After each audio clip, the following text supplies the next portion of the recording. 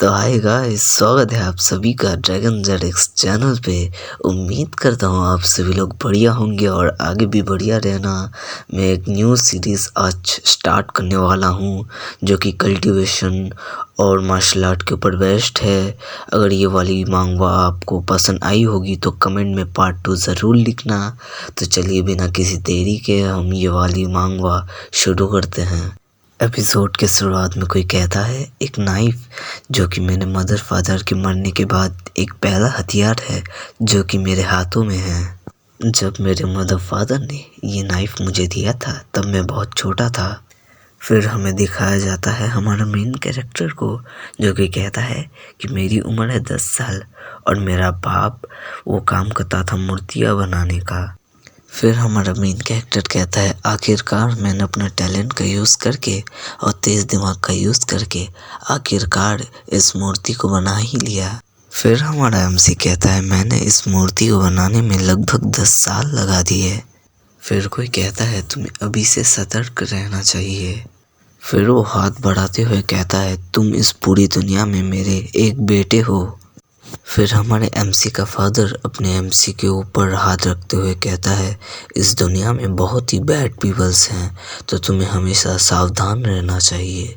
फिर वो कहता है हमारे फैमिली के मास्टर के अलावा और किसी के ऊपर भरोसा मत करना।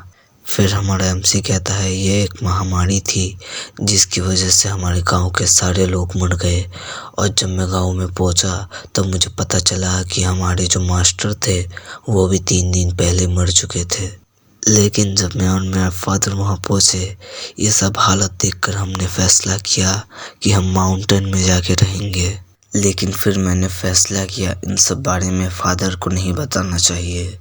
फिर उसके बाद एमसी का फादर एमसी को कहता है मुझे तुम पे गर्व है, तुम बहुत ही अच्छे हो, सुंदर हो और बहुत ही टैलेंटेड हो।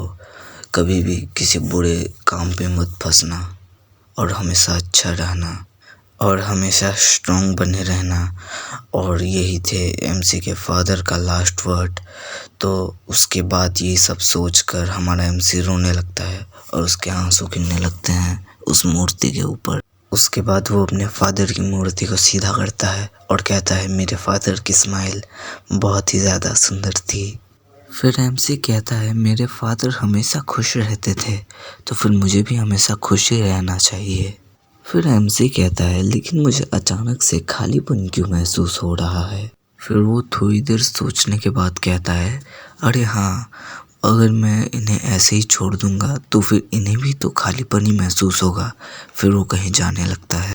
फिर वो कहता है फादर आप यहीं पे रहना, मैं अभी आता हूँ। उसके बाद वो अपनी मदर की मूर्ति को अपने फादर की मूर्ति के सामने रख देता है और फिर वो कहता है मैं जब 5 साल का था तभी मेरी मॉम की डेथ हो गई, इसलिए मुझे मेरी मॉम के बारे में कुछ ज़्यादा याद नहीं है। पर मुझे इतना याद है जो मेरी मदर थी वो बहुत ज़्यादा खूबसूरत इंसान थी। फिर एमसी अंगड़ाई लेते हुए कहता है फाइनली मैंने अपना काम ख़त्म कर लिया। उसके बाद एमसी के पीछे से आवाज़ आती है और कोई उसे कहता है अरे ये तो एक टॉम है और टॉम का मतलब होता है मकवाड़ा। उसके बाद हमारा एमसी पीछे मुड़कर देखता है और दिखाया जाता है फिर हमें एक ओल्ड मैन को दिखाया जाता है जो कि चलते हुए आ रहा था और वो हमारे एमसी से कहता है क्या तुम्हें पता है कि इस मूर्ति को किसने बनाया है। और फिर इस तरीके से मैं अपने मास्टर से मिला और उसके बाद मेरी सारी ज़िंदगी बदल गई। और फिर वो सोचने लगता है कि इस बंदे से मैं बात करूं कि नहीं, क्योंकि पापा ने कहा था किसी के साथ बात मत करना अगर वो अनजाना हो तो। फिर ये बुढ़ाऊ कहने लगता है तो क्या सच में तुमने ये स्टॉर्म खुद बनाया है। फिर हमसे कहने लगता है लेकिन एक बच्चे के रूप में मुझे उस बुढ़ाऊ से अच्छे से बात करनी चाहिए जब तक वो मुझसे ज़बरदस्ती नहीं करता है किसी भी चीज़ के लिए। फिर वो कहने लगता है हाँ मैंने ही इस मूर्ति को बनाया है। फिर एमसी की बात सुनकर वो बुढ़ा इंसान बहुत शॉक हो जाता है और वो कहता है क्या तुमने सच में इन दोनों मूर्तियों को अकेले बनाया है। फिर एमसी मन में सोचता है लगता है इस राह चलते बूढ़े इंसान को मेरे टैलेंट देखकर बहुत ज़ोर से शौक लगा है, लगता है इसे और भी ज़ोर से शौक देना पड़ेगा। फिर वो कहता है बूढ़े इंसान से हाँ ये मैंने ही बनाया है। फिर ये सुनने के बाद आप सभी लोग बूढ़े इंसान का सामने से रिएक्शन देख ही सकते हो कैसा था। फिर ओल्ड मैन एमसी की तरफ देखकर कुछ देर तक कुछ सोचने लगता है। फिर एमसी उसे देखकर कहता है, मुझे लगता है ये यहाँ पे ऐसे ही आया है और इसकी उम्र देखकर लगती है कि ये मुझसे दूसरा स्टैचू बनाना चाहता है। लेकिन वो जो ओल्ड मैन होता है वो सामने से कहता है एमसी को, हे बच्चे, क्या तुम मुझे फॉलो करना चाहोगे? फिर एमसी कहता है कि आखिर मैं तुम्हें फॉलो क्यों करूं? फिर ओल्ड मैन कहता है, अगर तुम मुझे फॉलो करोगे तो फिर मैं तुम्हें दुनिया की सबसे बेहतरीन मार्शल आर्ट्स सिखाऊंगा। फिर एमसी ओल्ड मैन की बातें सुनकर कहता है, चलो भी, मुझे तुम्हारी बातों में विश्वास क्यों करना चाहिए? आखिर मैं तुम्हारी बातों में विश्वास क्यों करूं? फिर ओल्ड मैन कहता है, तो फिर ठीक है, तुम्हें यह देखना चाहिए। फिर ओल्ड मैन एक तरफ देखता है और अपने हाथों को उसी तरफ उठाने लगता है। उसके बाद जंगल की तरफ ओल्ड मैन देखने लगता है। उसके बाद ओल्ड मैन के हाथ से बहुत ज़ोर से एक बीम निकलती है और वो सीधा फॉरेस्ट में जाती है और फॉरेस्ट को पूरी तरीके से तबाह और नष्ट कर देती है। फिर हमारा एमसी घबरा कर कहता है कि ये ओल्ड मैन जो राह चलता यहाँ पर आया है, ये इतना ताकतवर होगा, मुझे पता ही नहीं था।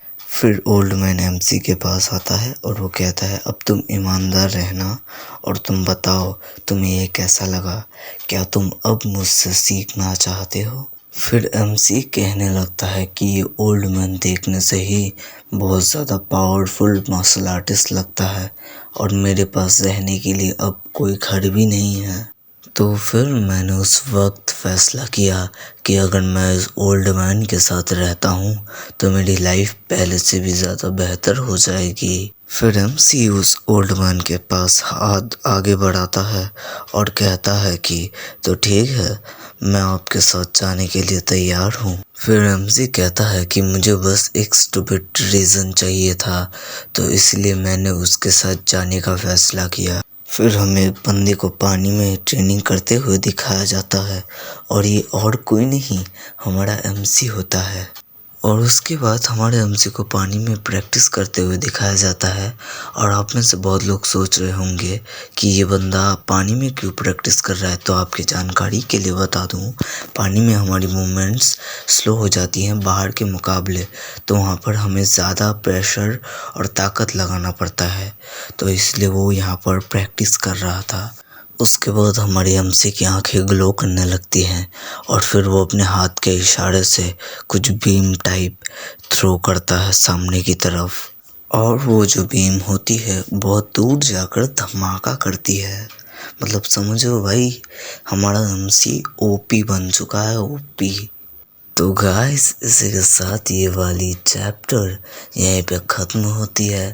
अगर आप चैनल पे नए हो तो सब्सक्राइब कर देना, और अगर वीडियो पसंद आई हो तो लाइक कर देना और कमेंट में ज़रूर बताना कि ये वाली सीरीज़ आपको कैसे लगी, और मेरी एक्सप्लेनेशन अगर अच्छी लगी हो तो प्लीज़ कमेंट में ज़रूर बताना। तो चलिए, मिलते हैं आपको अपनी किसी नई वीडियो में।